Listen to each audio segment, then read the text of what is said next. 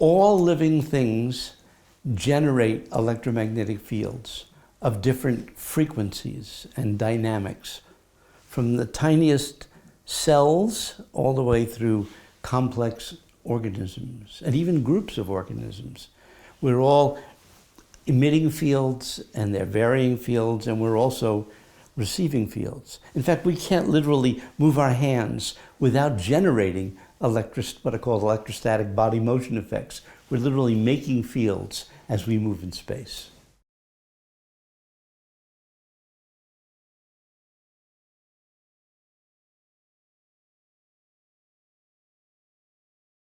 A healing energy or a healing field is a field that is used for the purpose of treating a disease or promoting health and well-being.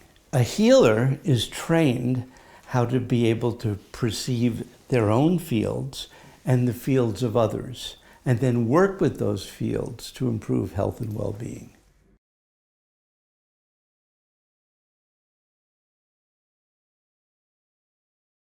A biophoton is a particular kind of a photon that is emitted by living systems. Various kinds of molecular processes emit biophotons. And those biophotons, which we can't see with the naked eye because they're so dim, nonetheless can be recorded with ultra-sensitive photon detectors in a pitch black environment.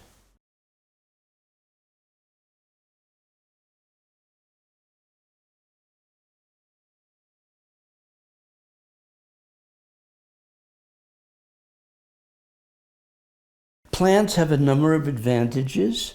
First of all, they don't mind being in a dark environment. They sit still for a long period of time. You don't need to get human subject and other kinds of approvals to work with plants. So they're sort of ideal living systems that emit photons. And then you can study the health of the plant, both in terms of whether it's injured or not and how that affects the biophotons. You can study the interactions of plants, the extent to which do they share and interact with each other in terms of electromagnetic fields. And you can study the plant's responses to healing energy, including distant energy healing. We have done many experiments using plants and studying biophoton emission from plants and different healing conditions. Sometimes we work with individual healers who would be sending energy to the black container, which houses the camera, which is then in a black room, and we would have controlled plants. Sometimes were not treated, some were treated, or we would have groups of people, even hundreds of people, at distant locations, sending healing intentions, for example, to an image of a plant here in Tucson, and then studying the effects.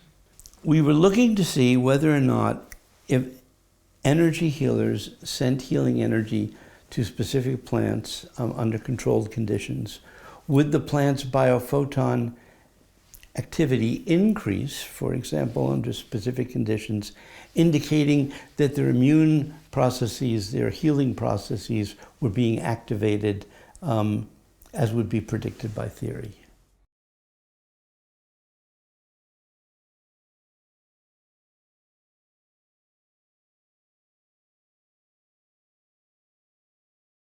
Everything varies with regard to its strength, its vitality, its growth. So you always have to get a base rate of what control conditions would look like, so you know what the percentage of seeds would be growing under the identical conditions. And then what you do is you add an additional variable, like a distant intention healing.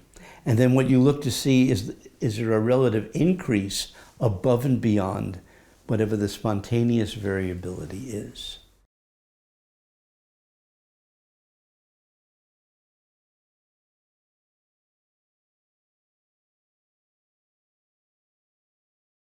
In some of our experiments, we measured the emission of biophotons in plants. In other experiments, we studied the growth of the plants. For example, the sprouting of seeds.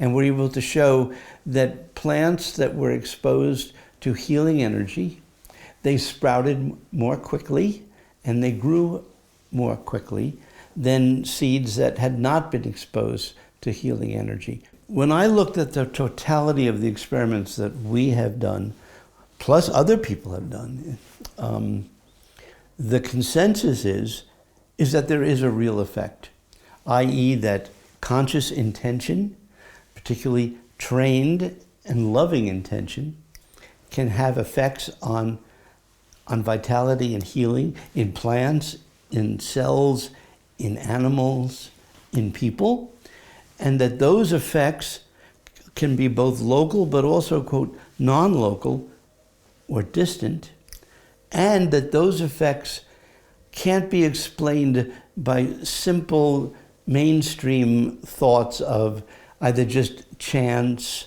or placebo or expectancy or belief, that there is something, you could call it paranormal, or you could just call it advanced consciousness, which has these kinds of effects.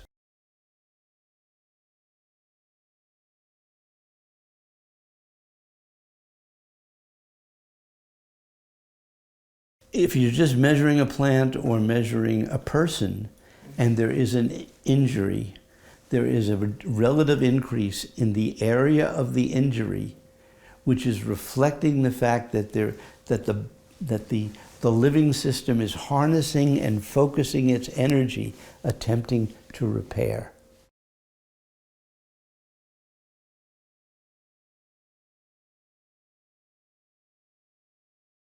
We also asked the people whether or not they believed that they were receiving Jo-Ray, to see whether or not the effects could be explained by belief. And what we found was that if a person was receiving Jo-Ray and he or she believed they were receiving Jo-Ray, the effects were the greatest in terms of their health and well-being. So it was a combination of the presence of the healing energy and their openness and belief to receiving it. The combination was better than either one itself. And conversely, if they didn't receive the Jo-Ray and they thought they weren't receiving the Jo-Ray, they showed the worst results. So it's not simply belief, it's not just energy versus mind, it's energy plus mind. Because our minds can affect our bodies and promote healing and well-being. The healer's mind and energy can contribute to our well-being. And if both of them are working in the same direction, the whole is greater than the sum of its parts.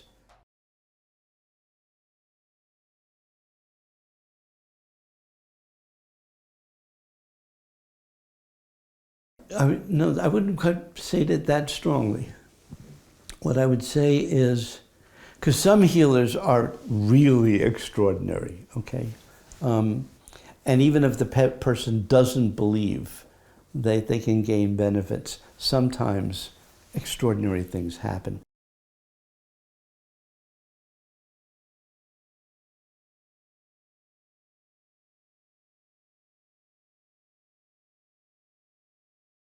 In the process of my doing this research and directing what was called the Center for Frontier Medicine and Biofield Sciences, which was funded by the National Institutes of Health, I learned 6 different energy healing techniques, including Jo-Ray and forms of Qigong and Reiki.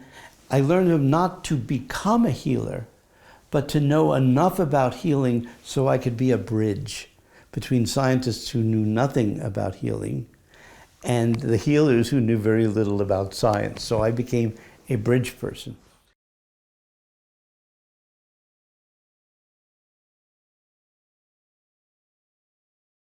The kind of work that I have done and the healers that I've worked with have all focused on positive energy. However, healers can sometimes come into a setting and themselves be stressed. You know, they could come in because there was a car accident or because they're having a personal problem, whatever, and a perfect personal challenge. And although they are then putting themselves in what they believe to be an optimal mindset, their energy still has some of that negativity. And in an experiment that we did, Beverly Rubik and colleagues and part of my center and I, we studied the effects of Reiki on recovery in E. coli bacteria who had been stressed by heat, and we were looking for the recovery of these cells. And we had sham controls versus untreated controls, and the bacteria that were directly receiving the Reiki energy. And the healers, each time they came into the laboratory on a scale from 0 to 10, rated, for example, how stressed they were, or how calm they were, and so on. And what we found was that yes, the healer's intention and energy mattered, but literally, if they came in negative, even though they were sending Reiki, and there was an increase in the cells dying, implying that their energy was now interfering with the recovery that the cells needed.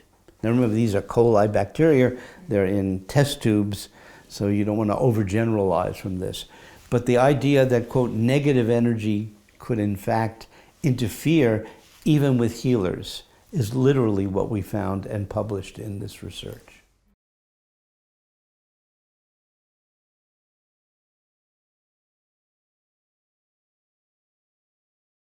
There are, I think, multiple reasons for why mainstream medicine and also the public, mainstream public, are reticent or reluctant to embrace the evidence which clearly supports this. Part of the reason is that it's strange to them because they have to think not just in material terms, but they have to think in terms of energy, they have to think in terms of consciousness, which goes beyond sort of the simple mainstream, what's called materialist model of how things work. We have to expand our understanding in order to incorporate this evidence. That's part of it. The second is economic, because it threatens some of the control in the pharmaceutical industry, or the need for certain kinds of surgeries and so on. And because of the competition in biomedicine, there are forces that would discourage these kinds of services from being more mainstream. But the third, I think, is also the fact that to accept the idea that this is real, we then have to, by extension, accept the fact that our energy affects people around us and their energy affects us in return. And therefore, we have more responsibility for the kinds of effects we have, both local and distal, in terms of our loved ones and also the people we don't love.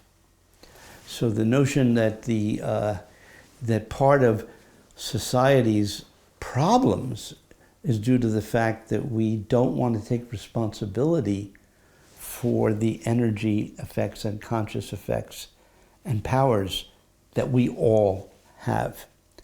And that is a direct implication, broader implication, of the energy healing research and, of course, parapsychology in general. And that awareness is challenging and threatening for many people.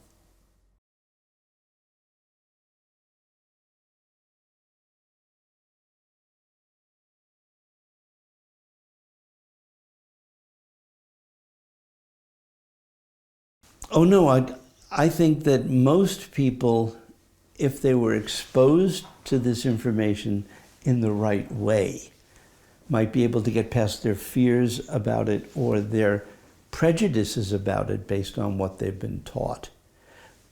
but the consequence is still the same, that when you realize, for example, all the negativity in contemporary politics, and you realize the amount of partisanship and disagreements in humanity broadly defined, and you start realizing all of the negative energy that's being produced, for some people this is scary. I think for many people it's scary. And yet the solution is in our hands. As Pogo said, we have met the enemy and he is us. We can change this.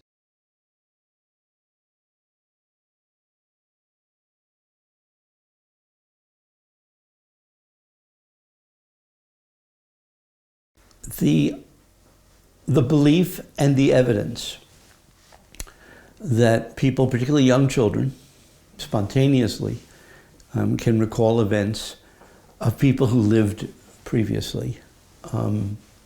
Those kinds of data are clearly consistent with the idea of life after death.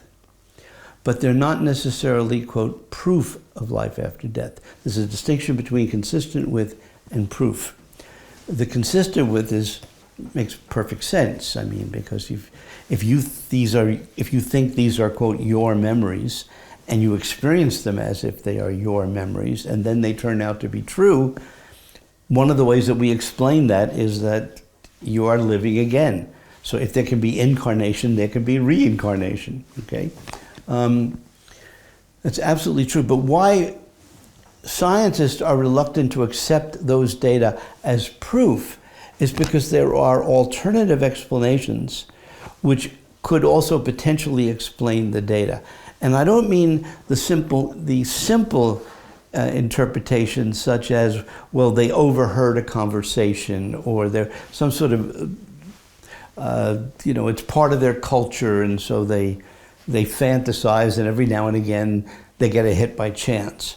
Yes, those kinds of things are possible, but they do not explain the totality of the data. But, for example, it is possible, and there are theories in parapsychology, that the memories of people who have lived and the engrams of people who have lived exist in the, quote, vacuum of space, and that it's not that those memories are living. In fact, some historical and religious beliefs talk about, quote, an Akashic record, for example. And so one argument is, yes, this person is connecting to past life information, but that life is over.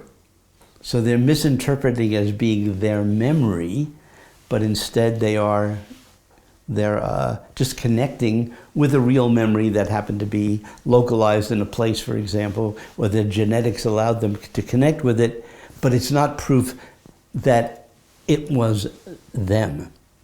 There are also alternative interpretations where it is evidence of life after death, but it's not reincarnation. So there is the argument's been made that what a young child is doing is connecting or resonating with the surviving consciousness.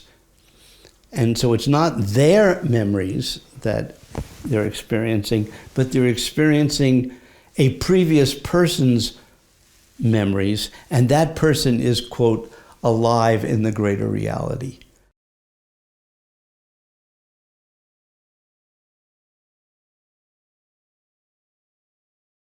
There are people who professionally practice what's called past life regression, where a person relaxes and is put into a quiet, peaceful state, and then the therapist takes them back in time and encourages them to re-experience or experience information from the past that often feels like a past life. And very often people who go through that process experience positive effects. All kinds of issues, both psychological and physiological, have been observed when people engage in that process. And the question is, how do we know is that because they've had these experiences and they're very vivid and they've shown healing, does that therefore mean that that was really a past life? Or does that tell us that those issues, however they were part of the person's unconscious, their concerns and so on, and by being able to face them and address them in a comfortable way, they were able to recover from that stress, be it a quote, real one or a filtered one or a transformed one or another? And the answer is, in a clinical context, there is no way to know if a given memory is a fantasy, a dream, a real event, or any combination. Having said that, and being clear about that, the fact of the matter is that the technique works frequently enough that it ultimately doesn't matter, because its purpose is not proof of reincarnation or life after death. Its purpose is to engage in a process that will potentially promote one's well-being. If this leads you to engage in a healing process and the quality of your life is improved to better, then we should celebrate that.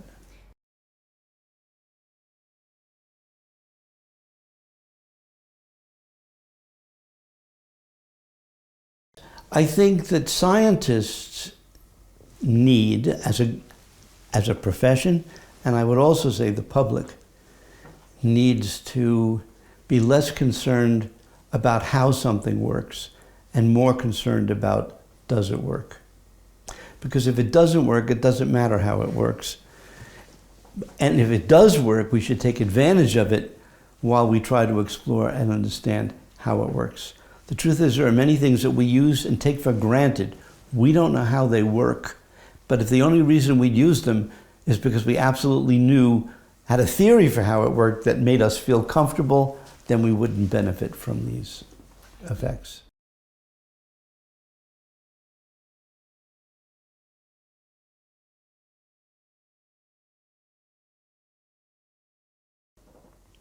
Western materialist science assumes that the brain creates, through complex neural networks and emergent properties, creates what we call the experience of consciousness, including perception, learning, and so on. And that our consciousness, and anything else's consciousness, depends upon the functioning of that material system. And the implication is very clear that if consciousness is a byproduct, a side effect of the brain, that when the brain is injured and ultimately dies, then consciousness dies too. And therefore, the materialist model says that survival of consciousness is essentially impossible. That's the strong form of the materialist perspective. And that's why most people who are materialists, who are neuroscientists, who are materialists, do not believe in life after death, because they assume no brain, no consciousness, case closed. However, what if that simple model is wrong? What if instead, and I'm not by any means the first person to have said this has been said for over 100 years from people like William Brames and Wilder Penfield and the person who won the Nobel Prize literally for the discovery of the neuron. Then instead of thinking about the brain as the creator of the consciousness, you can think of the brain as being like an antenna receiver for consciousness. And therefore, in the same way that a television does not create the TV shows, but rather what it does is it picks up this information, which is typically outside the television, and then converts it into a form that we can see.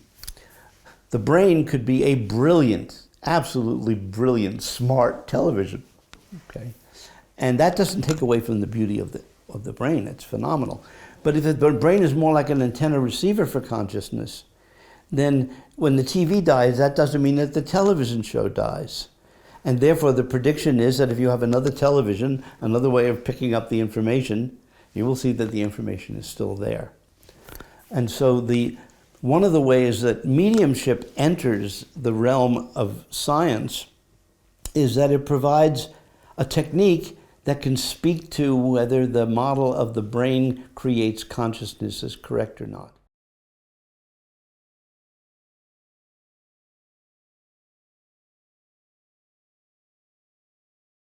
There are three fundamental techniques that neuroscientists come to the conclusion that consciousness is created by the brain.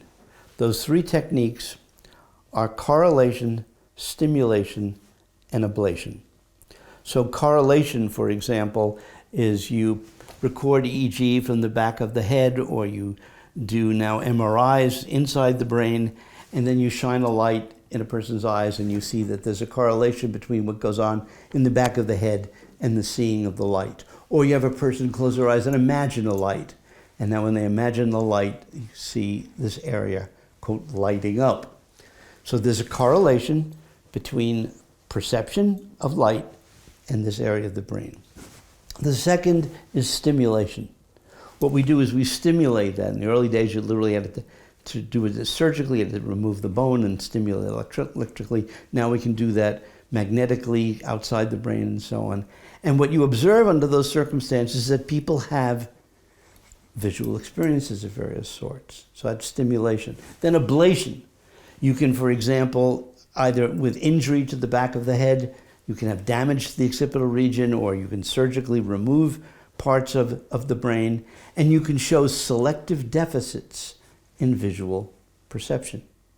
Correlation, stimulation, and ablation, all triangulating, pointing to the same direction that, well, consciousness requires the brain.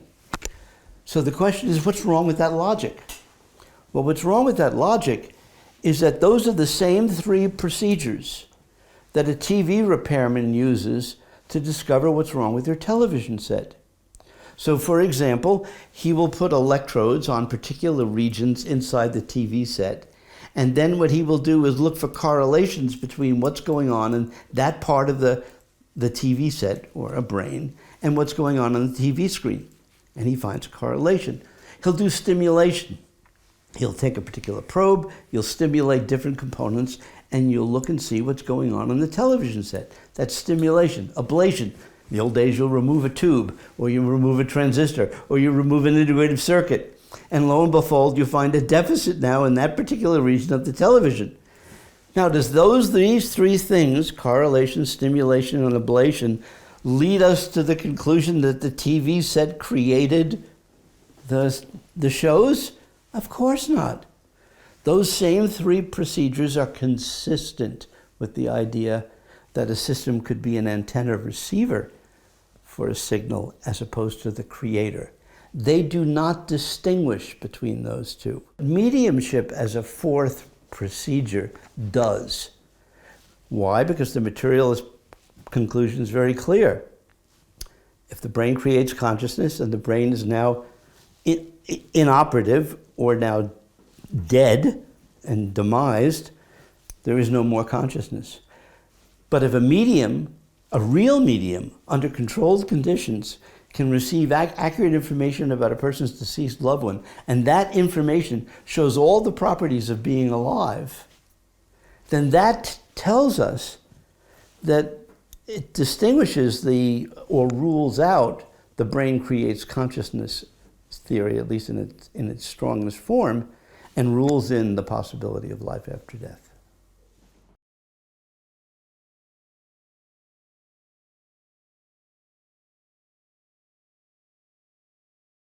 The gold standard in biomedical research is what's called the double-blind experiment. And most of the studies that I did previously were double-blind experiments, meaning that the medium was kept blind to the identity of the sitter and therefore the deceased history of the person that they were reading. And also the experimenter could be kept blind to the identity of the information, so that when the reading was taking place, the experimenter, since they didn't know the details about the sitter's loved ones and so on, there was no way that the experimenter could be inadvertently cueing the medium. The problem was that the sitter was not blind, because the sitter was always present when the reading was taking place, and it was possible that the sitter was biased. There was always the question, well, how do you know that the sitter is accurate in their judgment and that they're not somehow influencing the medium, or that the medium is not reading the mind of the sitter? So what we did was we added a third level of blindness that made it triple blind. And that is, we did not allow the sitter to be present at the time that the reading took place.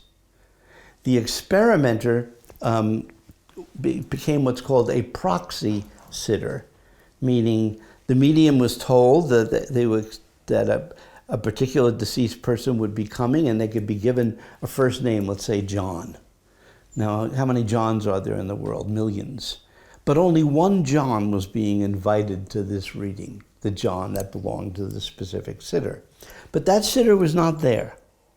Then the medium would ask the sitter a particular set of specific questions where the experimenter doesn't know the answer, and of course the medium doesn't unless she can receive information from John. Then what happens is, after all that information is collected, the sitter, who was not present, is given two sets of readings. One was all the items that the medium got for them, and then another reading which the medium got for another person, which of course would be a control for the primary sitter. So now there are two sets of readings. The sitter is not told which reading was their reading. So they have to score each reading as if it was for them, and score to what extent. Was it a complete miss? Was it a possible hit? Was it a probable hit? Was it definitely a hit? An objective measure for quantifying the degree of hitness or accuracy of information. They would do the same for both readings. They would then summate the readings, and then they would try to pick which reading was theirs. Triple blind. The medium was blind, the experimenter was blind, and the sitter was blind. And even under those circumstances, it got clear statistical significance that the sitters could detect substantially beyond chance which was their reading.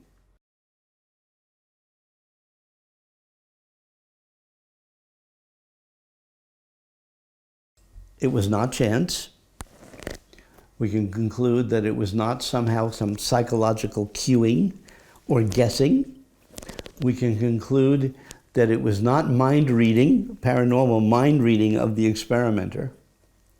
And it's a real stretch to conclude that somehow they were mind reading a distant sitter whose identity they didn't know.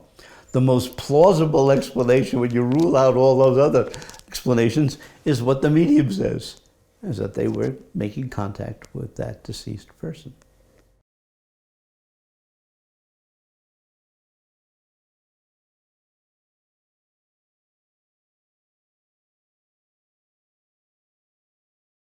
That answer depends upon how open-minded or skeptical a person is. If a person is open-minded and they would follow the evidence, if you look at the totality of the experiments, including what are called meta-reviews that have been done, the evidence is already very compelling that mediumship is real and that the best explanation that accounts for it is life after death. At this point, it's really somebody who wants to come up with an alternative explanation. They have to provide evidence that their explanation works. That's if you're looking at the data openly and fairly.